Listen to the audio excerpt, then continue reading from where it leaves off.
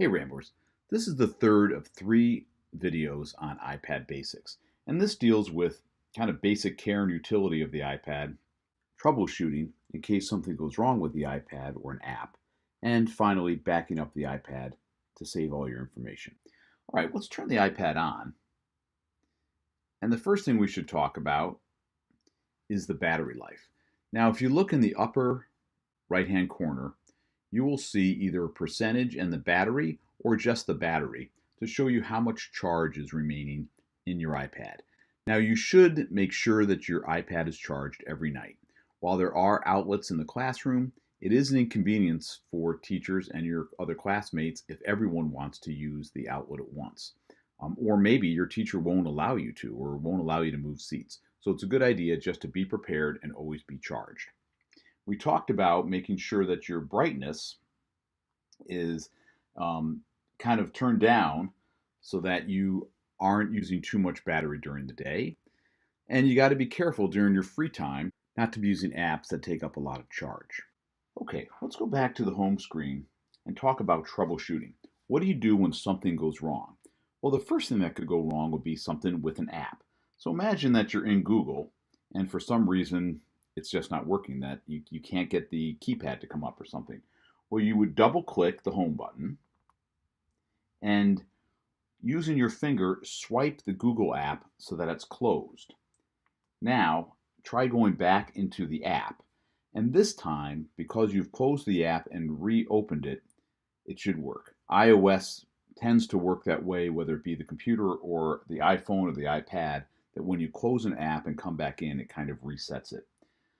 Okay, if that doesn't work, then you may have to delete the app and download it again from the App Store. Now let's talk about a little bit larger that suppose your iPad stops working. Well, the best thing to do there, if it just won't seem to work at all, is to turn it off and then try turning it back on again. Once again, like the app, that resets things. If it still doesn't work, or if you've turned off your iPad and it won't turn back on, try a hard restart, which means to press the home button and the sleep wake button at the same time for about 10 seconds. That should kind of jumpstart your iPad and get things working again.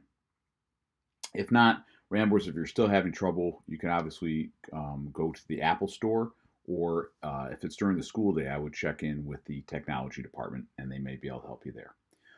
The last thing that's really important to do for your iPad is to back it up. There are two ways to back it up. You can back it up over Wi-Fi, or you can back it up with a hard wire backup directly to your computer that has iTunes on it. Let's take a look at the Wi-Fi because it's just really convenient, even though it's not as robust. So tap your settings icon and scroll down on the left-hand column to General. And when that opens up the submenu, go over to iTunes Wi-Fi Sync and select that. Now that allows you to automatically set up a sync between your iPad and your computer anytime both of them are on the same Wi-Fi and plugged in. Okay, since you're plugging it in every night to charge it, hopefully that should happen pretty frequently. Another more robust backup is when you plug the cable provided by Apple from your iPad into your computer and back it up directly to iTunes that way. Information on how to do that is available on Apple's website, and here's the URL for that. Okay, Ramblers, a lot of really important information here. I hope you're able to pause the video often, take a few notes, and thanks a lot for watching.